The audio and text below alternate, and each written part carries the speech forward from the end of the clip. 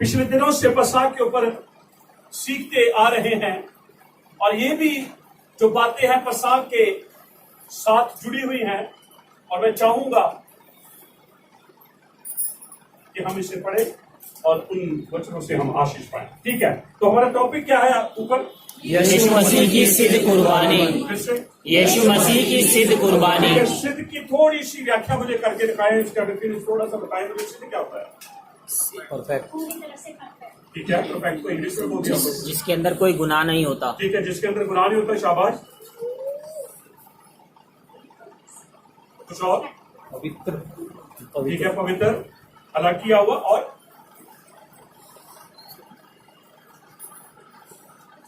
सिद्ध किसको बोलते हैं? उसके जैसा कोई है ही नहीं, दूसरा कुछ है ही नहीं। है ही नहीं, बिल्कुल अलग, बिल्कुल अलग। तो यीशु मसीह की कुर्बानी को हम सिद्ध कुर्बानी क्यों कहते हैं? पहली बात तो आज इस बात के ऊपर हम ध्यान लगाएंगे। यीशु मसीह के आने से पहले कौन सी कुर्बानियां होती? बछड़ों, भेड़ बकरों, भेड़ बकरों और बैलों। फिर से भेड़ बछड़ों और बैलों। आपको पता है पसाक के मेमने को कितने दिन रखा जाता था? 4 दिन। क्या करने के लिए? चेक करने के लिए। उसकी जांच करने के लिए। जांच इसलिए होती थी कि उसके अंदर कहीं कोई बीमारी ना हो, अपाहिज ना हो, कोई उसके अंदर झुर्री या दाग ऐसा ना हो। वो कितनी खुदा को मोहब्बत करते हैं, खुदा को ऐसी कुर्बानी चढ़ाना नहीं चाहते। खुदा को जब कुछ देना है ना तो पहले जांच पड़ताल किया। ये मेरे और आपके लिए नसीहत है ये, क्योंकि यहां से तो सीखते हैं हम। अगर ये चीजें ना हमारे सामने होती तो हमें कैसे पता चलता कि परमेश्वर को, यहोवा को, इलोहिम को जब हमने कुछ देना है, मुझे और आपको भी उसकी जांच करनी है। जल्दी से ना हम चढ़ा दो, जांच करो उसकी। हो सकता है वो चढ़ावा ना चढ़ाने वाला। हालेलुया। तो उन दिनों में जब यीशु की कुर्बानी नहीं हुई, लोग मेमने को लाते, चाहे वो भेड़ों में हो, चाहे वो बकरियों में से। बैल को लाते, पक्षियों को लाते, जानवरों में से लाते। क्यों वो कुर्बानी, सिद्ध कुर्बानियां क्यों नहीं थी? क्यों एक यीशु की कुर्बानी को सिद्ध कुर्बानी कहा गया? क्या सोचते हैं मैं और आप?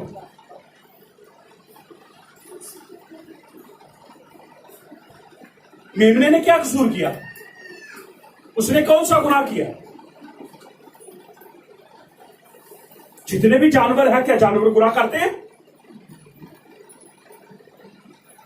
लेकिन उनकी कुर्बानियों को क्यों रिजेक्ट किया गया और यीशु मसीह की कुर्बानी को क्यों परफेक्ट किया गया? बिल्कुल इजी है, क्योंकि उनकी कुर्बानियों के अंदर सिर्फ जीवन होता था, पर यीशु मसीह की कुर्बानी के अंदर जीवन भी था और आत्मा भी था। हालेलुया। जानवरों में आत्मा नहीं होती। अगर जानवरों में भी आत्मा होता ना फिर यीशु मसीह की कुर्बानी की जरूरत ना होती। इसीलिए यीशु की कुर्बानी उन कुर्बानियों से अलग है जो तनाव के अंदर कुर्बानियां चढ़ाई जाती थी। बेशक वो बेगुनाह होते थे, बेअहब होते थे, कोई झुर्री कोई दाग नहीं होता था, लेकिन सिर्फ वो जीवन चढ़ाते थे। लेकिन यीशु मसीह ने जब अपनी कुर्बानी दी, उसने अपने जीवन को तो दिया। जीवन लहू में होता है, उसने लहू तो दिया, साथ में उसने अपना आत्मा भी सौंप दिया। और परमेश्वर कैसे ना फिर उसकी कुर्बानी को स्वीकार। हालेलुया। कभी भी सवाल आ सकता है आपके सामने, क्या करते, कैसे जवाब देते हो? क्योंकि हमने सीखा नहीं था। फिर आज हमने सीख लिया है, देखिए, क्योंकि यीशु की कुर्बानी इसलिए सिद्ध है क्योंकि वो जीवन और आत्मा परमेश्वर के सामने से दोनों सौंप, प्राण शरीर तो दे ही रहा है। बिल्कुल बोलेंगे हालेलुया, हालेलुया, हालेलुया, हालेलुया। तो सुने, हमें यहां पर जो हमारा जो विषय है यीशु मसीह की सिद्ध कुर्बानी, सिद्ध इसलिए है कि यीशु मसीह ने अपना जीवन और आत्मा दोनों परमेश्वर के सामने, क्या यीशु मसीह ने कहा नहीं है परमेश्वर में अपना आत्मा नहीं बोला ऐसे, बोला। युद्ध का अपाकार रुआ, एक विश्वासी की दुआ होनी चाहिए। रात को सोते समय, मुझे पता नहीं इतनी लंबी हम दुआ कौन सी करते हैं, मैं आपकी लंबी दुआ के खिलाफ नहीं हूं, पर लंबी दुआ के अंदर वो खुदा की इच्छा ही ना हुई, फिर हमने अपनी भी नींद खराब की, तो हो सकता है दूसरा भी चीज कर दो। मिलकर बोलेंगे हालेलुया, हालेलुया, हालेलुया। हालेलुया। क्या एक यहूदी फैमिली को, एक यहूदी परिवार को क्या खुदा ने सिखाया, जब तुम दुआ करो तो वचन संहिता 31 का 5 वचन पढ़ो, वहां पर ऐसे लिखा है, मैं अपना आत्मा तेरे हाथों में सौंपता हूं। सुन, आपको पता है सुबह उठना है, अभी प्लानिंग है, पर आपको पता नहीं है। अगर सीधे सोचेंगे यार, मैंने 50 ऐसे केस देखे हैं, वो सोए हुए उठे। तो अगर आपने अपनी आत्मा सेव कर दी, क्योंकि न्याय किसका होना, आत्मा का, स्वर्ग नरक किसने जाना, आत्मा ने। हमें पता है। Hallelujah, hallelujah. तो क्या बोला है, वायुद्ध का अपाकार हुआ, बोलिए, वायुद्ध का अपाघात हुआ। 3 तो शब्द है, चलो नहीं बोलना, ऐसे बोलो, पिता मैं अपनी आत्मा तेरे हाथ में सो जाओ, फिर बोलेंगे हालेलुया, हालेलुया। अपने सेव कर दिया अपने आप।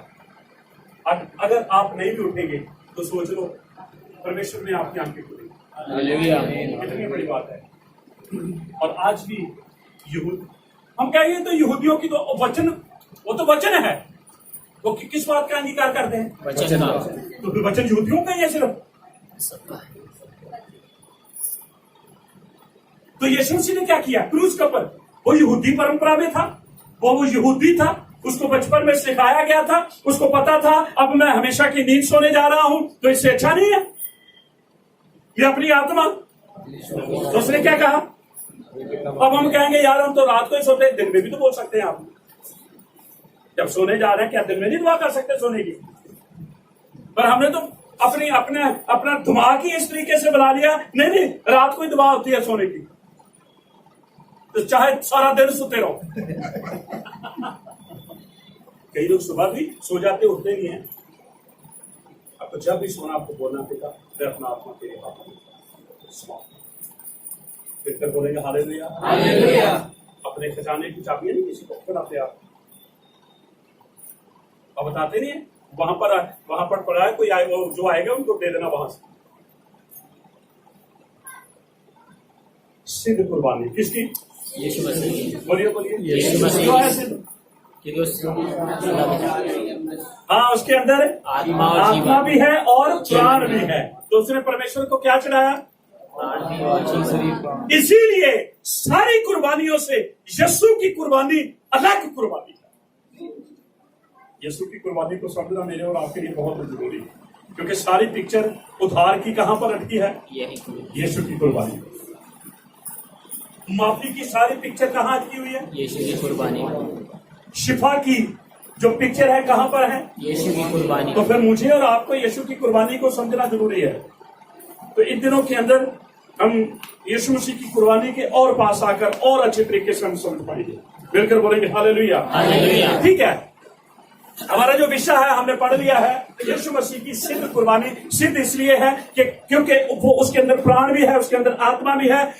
उन सारी कुर्बानियों को वो खत्म करता है, क्योंकि उनके अंदर सिर्फ प्राण है, उनके अंदर आत्मा नहीं है। लेकिन खुदा को यीशु मसीह ने आत्मा और प्राण दोनों चढ़ा दिया। बिल्कुल बोलेंगे हालेलुया, हालेलुया, हालेलुया। हालेलुया। सबसे पहली बात, कुर्बानी पहले चाहिए, जब कुर्बानी चढ़ाने वाला पहले चाहिए। चलो ठीक है, दो ग्रुप है हमारे पास। हम पहले एक ग्रुप से पूछते हैं, आपको कॉपी नहीं करनी। अगर उन्होंने ये कह दिया तो आप भी कहेंगे नहीं। आपको सोच के अगर लगता है कि वो जो बोल रहे हैं वही जवाब सही है तो आप बोल सकते हैं। ठीक है, क्या सोचते हैं? कुर्बानी पहले चाहिए या कुर्बानी चढ़ाने वाला? ठीक है, आप क्या बोलते हैं? मेरी बहनें क्या बोलती हैं? ठीक है, अब मैं आपसे पूछूंगा, कुर्बानी नहीं होगी, हाँ? कुर्बानी नहीं होगी, चढ़ा होगा। अब मैं ये कहूंगा कि कुर्बानी दो मैं चढ़ाने वाला, ये तो वही हो गया जी, पहले अंडा था या मुर्गी थी। वही है ना ये बात। पर आप लोगों ने सही जवाब दिया है, चढ़ाने वाला चाहिए। कौन चाहिए? चढ़ाने वाला। फिर से बोले, चढ़ाने वाला चाहिए। वो चढ़ाने वाला होगा तो कुर्बानी अपने आप ही हो जाएगी। जब चढ़ाने वाला नहीं हो, जितनी मर्जी कुर्बानियां लेते हो।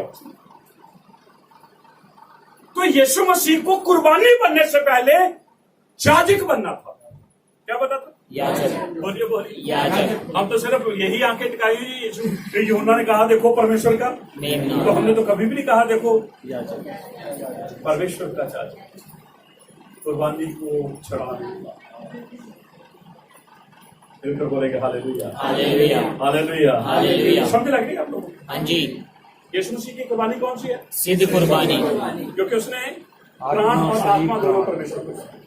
पुराने नियम की हर एक कुर्बानी सिर्फ प्राण ही चढ़ाए जाते थे, क्योंकि उनके अंदर आत्मा नहीं। तो इसलिए वो कुर्बानियां एक ऐसी कुर्बानी की ओर इशारा कर रही थी जो सिद्ध कुर्बानी होगी। और वो कुर्बानी किसकी? बोलिए यीशु मसीह। फिर से बोले, यीशु मसीह। ठीक है। अब पहले मैंने आपको कहा कुर्बानी का हमने थोड़ा सा वेरवा जान लिया। अब हमने कहा कुर्बानी चाहिए या चढ़ाने वाला चाहिए? हमने कहा कौन? चढ़ाने वाला कौन होता था? याजक। बोलिए याजक। फिर से बोले, याजक। तो इसका अर्थ है यीशु को कुर्बानी बनने से पहले उसको याजक बनना है। क्या बनना है? याजक बन। फिर से बोले, याजक बन। फिर से बोले, याजक बन। याजक तो थे। यीशु मसीह को याजक बनने की क्या जरूरत थी?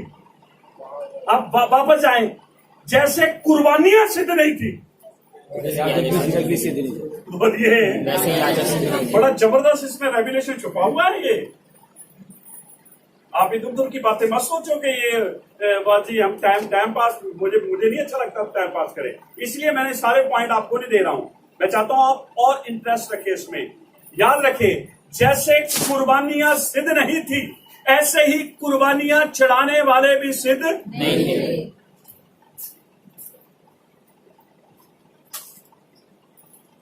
आपको पता है, सिर्फ 30 साल उनको सेवा करनी पड़ती। 30 साल की आयु में वो उस सेवा के लिए तैयार होते। 50 और 60 के बीच में रिटायर, फिर कौन से बन जाते? तो जो रिटायर्ड हो जाता है उनको कौन से फिर बोलते हैं? क्या नाम क्या लग जाता है? भूतपूर्व। भूतपूर्व। पर स्टूडेंट बहुत मारते हैं। क्योंकि जब कोई समझने की बात होती थी ना, तो वो जो एक्स होते थे उनके पास। आपको पता है, यीशु मसीह को जब यीशु मसीह के दिनों के अंदर याजक थे, और उन दिनों के अंदर जो याजक था उसका नाम कैफा था। बोलिए, कैफा। फिर से बोले, कैफा। फिर से बोले, कैफा। पतरस का नाम क्या था? कैफा। कैफा ही था उसका नाम। पर वो पतरस तो याजक नहीं था। लेकिन यीशु को कैफा के पास ले जाने से पहले अन्ना के पास लेकर गया। किसके पास? वो कौन था? एक्स याजक था, वो रिटायर्ड। कहते भाई ये बंदा जो रिटायर्ड है ना, ये इसमें कोई ब्लेम नहीं हो सकता। Hallelujah, hallelujah. तो उन दिनों के अंदर याजक आते थे। अगर किसी की उंगली कट गई, या किसी के कोई जख्म हो गया, या किसी के ऊपर कोई बीमारी आ गई, खत्म उसकी सेवा। तो इसका अर्थ है याजक आते थे, चले जाते थे, पर एक ऐसा याजक चाहिए था जो कामिल हो। Hallelujah, hallelujah. जो मरे ना। और ऐसा याजक कौन हो सकता था? कौन हो सकता है? बोलिए, इंसानों में से तो नहीं हो सकता। इंसानों में से तो हो नहीं सकता था, क्योंकि इंसान तो सारे आदम से आए हैं और आदम ने गुनाह किया और गुनाह की तस्वीर हर बशर के अंदर आई और हर बशर के ऊपर मौत ने राज्य स्थापित कर दिया। इंसान जो आएगा मरेगा नहीं मरेगा? मरेगा। बोलिए बोलिए। मरेगा। तो फिर कैसा जाजिक चाहिए था? बोलिए बोलिए। जो मर रहे मैंने ये वर्सेस लिखी हुई है, इब्रानिया 7 का 22 से 28 वचन जब पढ़ेंगे तो पहले नंबर का जो हमारा पॉइंट है सिद्ध जाजक। बोलिए सिद्ध याजक। आगे पढ़े। कुर्बानी पेश करने वाला पुराने नियम के याजक अपने लिए भी कुर्बानी चढ़ाते थे, आते जाते थे और फिर मर जाते थे। हाँ, सबसे पहली बात, पुराने नियम का जो जाजक होता था उसको लोगों की मध्यस्थता करने से पहले खुद के लिए कुर्बानी चढ़ानी पड़ती। कारण उसको क्यों कुर्बानी की जरूरत है? वो भी गुनाह करते थे। क्योंकि वो गुनाह में था, वो आदम से पैदा हुआ था और जितने आदम से पैदा होते हैं उनके अंदर गुनाह है और उनको खुद को माफी की जरूरत है। और उसके बाद वो अपने लिए, अपने परिवार के लिए कुर्बानी चढ़ाता है और फिर सारी इस्राएल कौम के लिए कुर्बानी चढ़ाता है। इसका अर्थ है कि वो जाजक सिद्ध जाजक नहीं है। एक ऐसा जाजक चाहिए था जिसको अपने लिए कुर्बानी चढ़ाने की जरूरत ना पड़े। दूसरे को कुर्बानी चढ़ाने से पहले खुद को कुर्बानी, अपने लिए कुर्बानी चढ़ानी पड़ेगी। मैं कहता हूं, लो जी मैं आपकी सिफारिश करता हूं। खुदा कहेगा पहले तुम्हें भी तो अपना साथ देना ही है, तू कैसे सिफारिश करेगा? अब मैं कहूंगी नहीं जी प्रभु जी आप इसको क्षमा करें, मुझे तो खुद को हिसाब देना अपना। लेकिन यीशु मसीह जब मध्यस्थता करता है उसने कहा है पिता इन्हें क्षमा कर, क्योंकि यीशु को पता है मुझे अपने हिसाब देने की जरूरत नहीं। हालेलुया बोल सकते? हालेलुया। आमीन आमीन। शाबाश लो। शबश शलोम। तो हम सीख रहे हैं कुर्बानी से पहले कुर्बानी चढ़ाने वाला चाहिए, जिसको हम उस भाषा में बोलते हैं काहिन। बोलिए काहिन। फिर से बोले काहिन। और आज की भाषा में क्या बोलेंगे? कुर्बानी। जाजक। जाजक बोलते हैं। और हर साल पहले वो अपने लिए कुर्बानी चढ़ाता, फिर इस्राएलियों के लिए कुर्बानी चढ़ाता और फिर 1 साल के लिए उनको माफी मिल जाती। कितने साल के लिए? 1 साल के लिए। एक ऐसा वो जाजक है, जैसे वो कुर्बानी एक सिद्ध कुर्बानी की ओर इशारा कर रही थी, वो जाजक एक सिद्ध जाजक की तरफ इशारा कर रहा था कि एक दिन ऐसा जाजक आ जाएगा जिसको अपने लिए कुर्बानी चढ़ाने की जरूरत नहीं, बल्कि वो दूसरों के लिए कुर्बानी चढ़ा देगा। और वो कौन? यीशु मसीह। बोलिए बोलिए। यीशु मसीह। फिर से बोले। यीशु मसीह। कुर्बानी चढ़ाने से पहले कौन चाहिए? याजक। कुर्बानी चढ़ाने वाला। और वो हो जिसको अपने लिए कुर्बानी चढ़ाने की जरूरत ना पड़े। दूसरा पॉइंट, इब्रानी 9 का 24-10। इब्रानियां 9 का 24-10। 10 का 12। और 10 का जिस जगह कुर्बानी दी गई वह सिद्ध थी। जगह सिद्ध थी।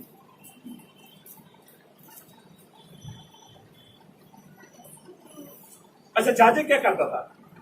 जाजक क्या करता? कुर्बानी देता, लहू देता, लहू लेकर जाता उस जगह पर जहां पर लहू को चढ़ाना। अब ये ना सोचें कि जो मेमना है वो कुर्बानी नहीं, जो उसके हाथ में है। हाथ में क्या है? तो कुर्बानी वो है। हम बाहर जो काटा गया ना वो नहीं है। और याद रखें, पसा की कुर्बानी जो मेमने की होती थी उसकी कोई हड्डी नहीं तोड़ी जाती, उसको रोस्ट किया जाता था आग में ऐसे घुमा घुमा। और फिर क्या करते थे? उसको खाते थे।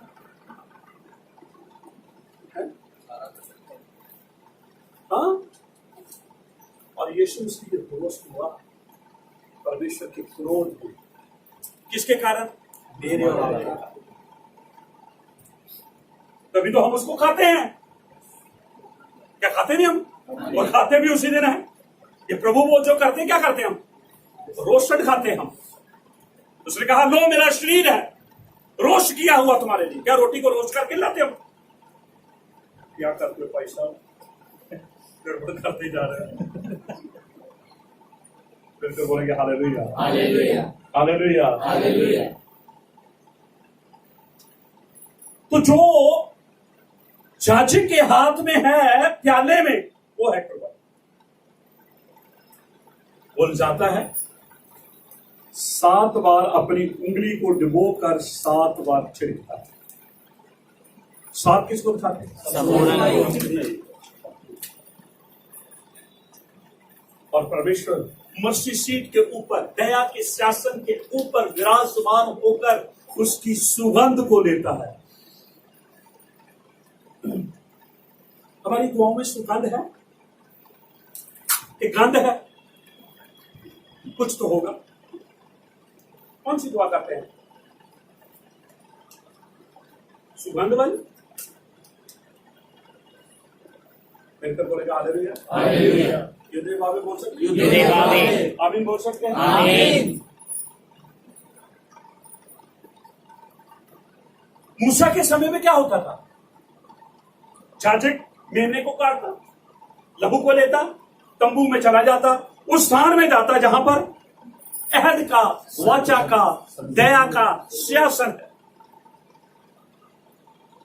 खून चढ़ा के वापस आ गया। आपको पता है याजक क्या करता था? खुदा की हसूरी। आप क्या सोचते हैं? बुत बन के खड़ा है? हम क्या करते हैं?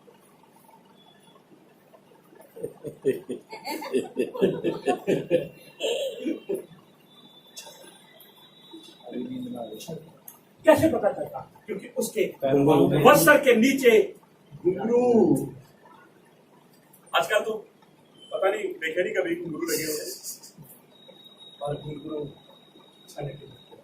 आवाज आती रहती है, लोगों को पता चलता है खुदा की हसूरी में है, चाचे खुदा की हसूरी में है। अगर घुंघरू की आवाज खींच भाई, ऐसे हुआ, हिम्मत नहीं है कोई जाकर उसको देखे कि मैं देखूं, वो भी गया, देखने की कोशिश भी करेगा ना। इसीलिए सुलेमान कहता है जब तुम परमेश्वर के घर में आओ, बोलिए कैसे आओ? आए हम आशीष पाने के लिए, कहीं शराब भी ना हमारे ऊपर। Hallelujah, hallelujah. तो तंबू में लेकर जाता था, एक दिन तंबू भी उठ गया। अब आ गए सुलेमान का घर, वो सारा साजो सामान उठा के जा, बाबुल के द्वारा जब नबूकदनेस्सर को खुदा ने आगे किया, उसने उस हैकल को भी गिरा दिया, जला दिया। तभी कहा कि परमेश्वर हाथों के बनाए हुए मंदिर में नहीं, उसकी जगह काबिल है, अब जगह पवित्र है। उस तंबू का उठना, उस मंदिर का गिरना, फिर हेरोदेश के द्वारा मंदिर तैयार किया 70 AD के अंदर, वो भी गिरा। ये मंदिर भी इशारा करते थे कि एक ऐसी जगह होगी जो हाथों की बनाई हुई और वही सिद्ध होगी। और एक दिन याजक आएगा, कुर्बानी के लहू को लेकर उस सिद्ध जगह में प्रवेश करते हैं। अब तो देखो पिक्चर आती जा रही है ना, घूमती जा रही, और स्टोरी भी क्लियर होती जा रही।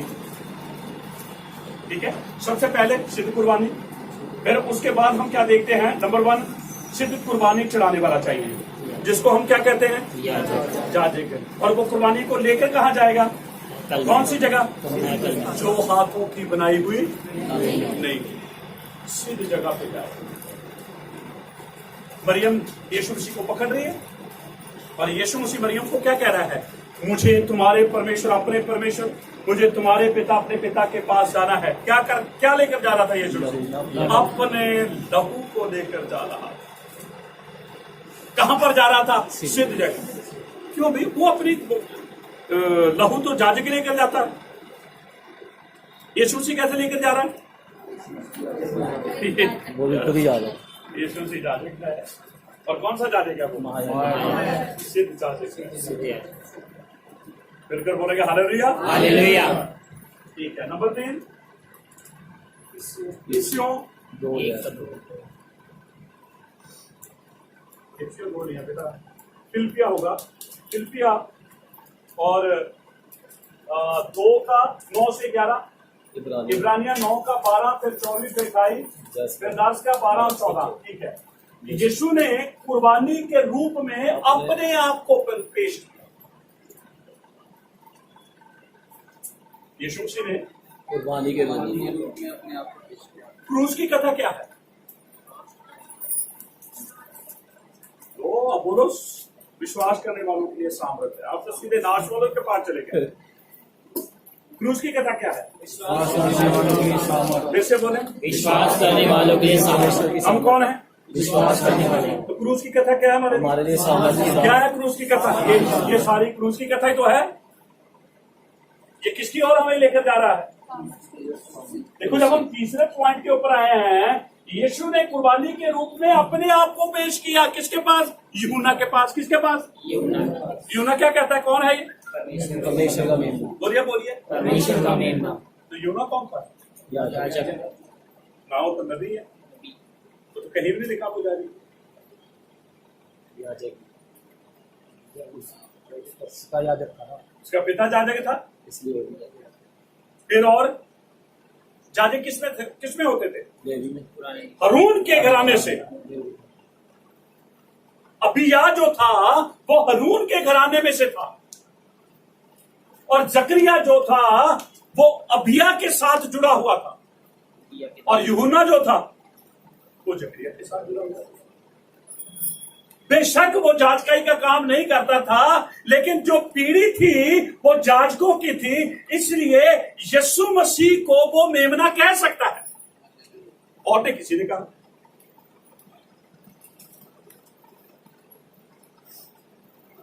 आपको पता है जब जाजक कुर्बानी देता है तो क्या करता है? जब किसी मेमने को अपने पास लाता है, या अपनी भेड़ में से चाहे बकरी में, क्या करता है? सबसे पहले क्या करता है? बोलिए। पहले उसका मिकवा करता है, पानी से उसको शुद्ध करता है। ये बपतिस्मा वहीं से तो है। आप क्या सोचते हैं यीशु मसीह ने कोई नई चीज कर दी? मैं आपको बताऊंगा वो भी चीजें, वो यीशु मसीह के बपतिस्मे के बारे में। कोई नया ट्रेडिशन हमें यीशु मसीह ने नहीं दिया। यीशु मसीह को जाजक बनना था, और जाजक बनने से पहले मिकवा होना बहुत जरूरी था। यीशु मसीह को कुर्बानी बनना था, उस मेमने की कुर्बान होने से पहले उसको पानी में डुबोया जाना जरूरी था। तो ये काम कौन करता था? जाजक। कौन करता था? याजक। तो इसीलिए तो यूहन्ना कहता, देखो कौन है ये? परमेश्वर का मेमना। क्या करने के लिए आया है? जगत के पापों को अपने ऊपर उठाने। और जैसे ही यूहन्ना ने मना क्यों किया? क्यों मना किया उसने? मैंने तो तेरे बपतिस्मा दी, मैं तेरा मिकवा नहीं कर सकता।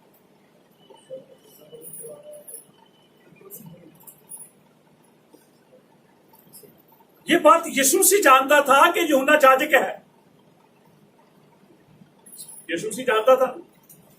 एक बार क्या हुआ, जब यूहन्ना जेल में है, बहुत सारे लोगों का ये बड़ा क्वेश्चन, बड़ा पेचीदा क्वेश्चन है ये।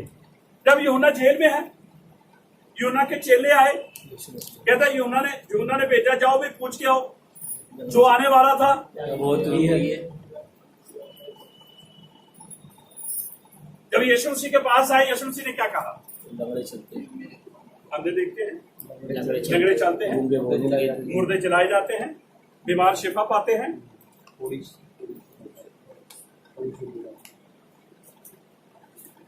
एक तरफ तो यूहन्ना कहता है ये परमेश्वर का पुत्र है, दूसरी तरफ उसका मिकवा भी करता है, फिर उसको कहता है मैं तुझे बपतिस्मा नहीं दे सकता, मुझे तेरे हाथ से बपतिस्मा लेने की जरूरत है। लेकिन यूहन्ना फिर वहां इस बात को इनके क्यों भेजता है?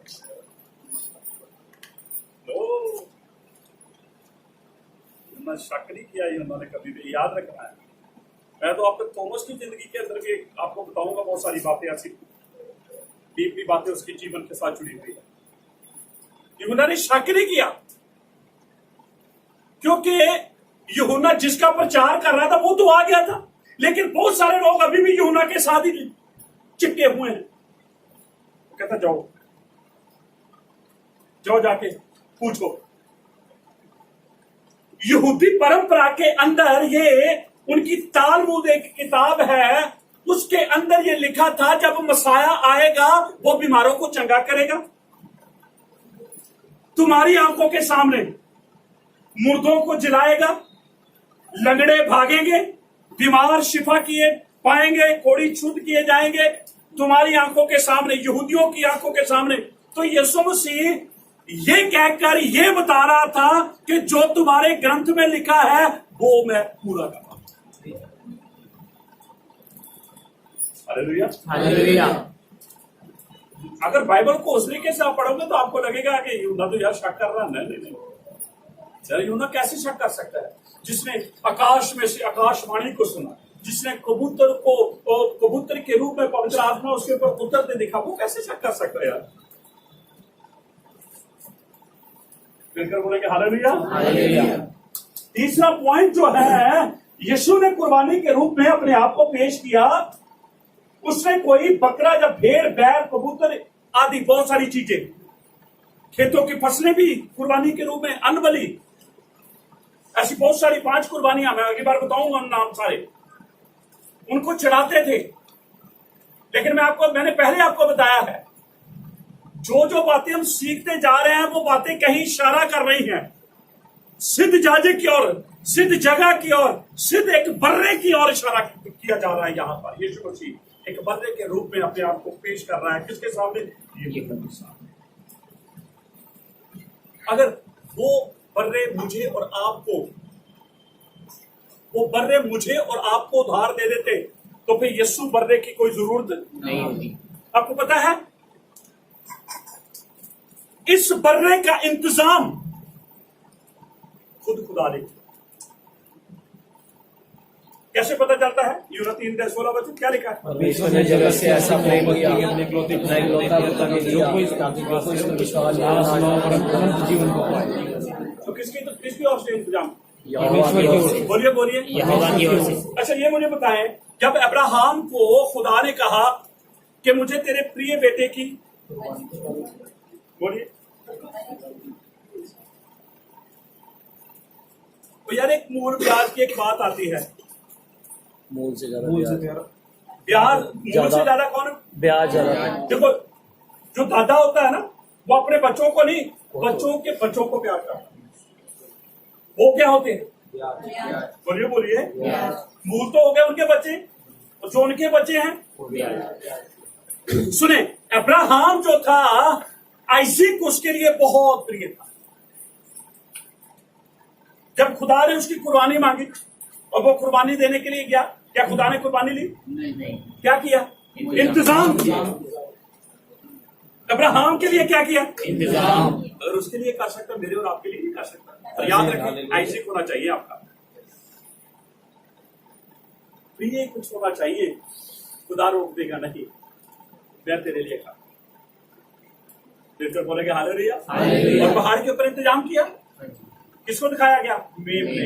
एक उस भेड़ के उस बच्चे को दिखाया गया जो झाड़ियों में अपने सींगों को फंसाए उठा। और खुदा ने कहा, अब्राहम रुक जा, कुर्बानी तेरे बेटे की नहीं होगी, मेरे बेटे की।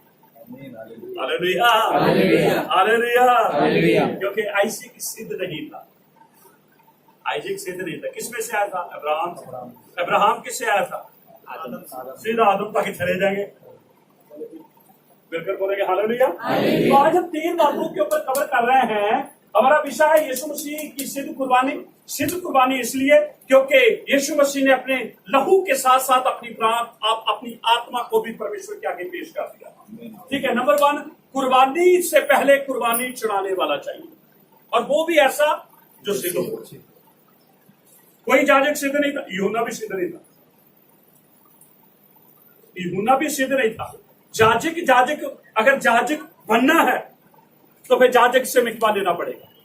तुझे मिकवा एल्डर तो ले लो, तो तुम बन जाजक जाओ तो फिर तो बात नहीं बनेगी ना। समझ लगी कि नहीं मेरी बात? जाजक बनना है तो किससे बपतिस्मा लेना है? बोलिए बोलिए। ठीक है, विश्वासी पास्टर को बपतिस्मा देगा या पास्टर विश्वासी को देगा? पास्टर विश्वासी को देगा। आज उल्टा भी होता जा रहा है। विश्वासी कह देते पास्टर जी बपतिस्मा लेने की जरूरत पड़ गई, अब आप दोबारा बोलते। हाँ हाँ। और दाऊद कहता है सौल के बारे में, कहता मुझे इतनी हिम्मत नहीं है कि मैं खुदा के अभिषेकत को छू लूं।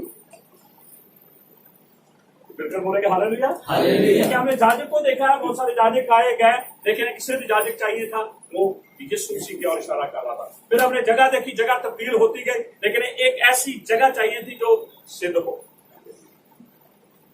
ठीक है, फिर हमने क्या देखा? एक ऐसी कुर्बानी, एक ऐसा बर्रा चाहिए था जो सिद्ध हो। बिल्कुल बोलेंगे हालेलुया। हालेलुया। अब तीनों के अंदर हम किसको देख रहे हैं? यीशु मसीह को। बोलिए बोलिए। यीशु मसीह कैसे को। बोले? यीशु मसीह को। हमारा हीरो कौन है? यीशु मसीह। हम किसकी बातें करते हैं? यीशु मसीह की। हमारे अंदर गवाही किसकी है? यीशु मसीह की। उद्धार हमारा किसने किया? यीशु मसीह ने। आशीष हमें किसने दी है? यीशु मसीह ने। माफी किससे मिली है? यीशु मसीह से। स्वर्ग किसके साथ जाएंगे? यीशु मसीह के। किसके साथ रहेंगे? यीशु मसीह के। हम कहाँ यीशु से हम भागे हैं? लोग कहते हैं तो पुराने नियम का प्रचार करते रहते हैं। बिल्कुल बोलेंगे हालेलुया। हालेलुया। हालेलुया। हालेलुया। अगले पाठ के अंदर और पसा के इसी विषय को लेकर आगे बढ़ेंगे, और मैं विश्वास करता हूं कि जो बातें हमने पहले बिब्लिकल 6 नाम देखे उसमें आशीष पाई है, फिर 3 बातों के ऊपर हमने ध्यान लगाया है, हमने इससे भी आशीष पाई है। मैं अपने सब भाई बहनों को जो हमारे साथ फेसबुक के ऊपर इन वचनों को सुनते हैं, जहां भी है यहोवा ने आशीष दे। आमीन आमीन। आमीन आमीन। शबत शलोम। शबत शलोम। शबत शलोम।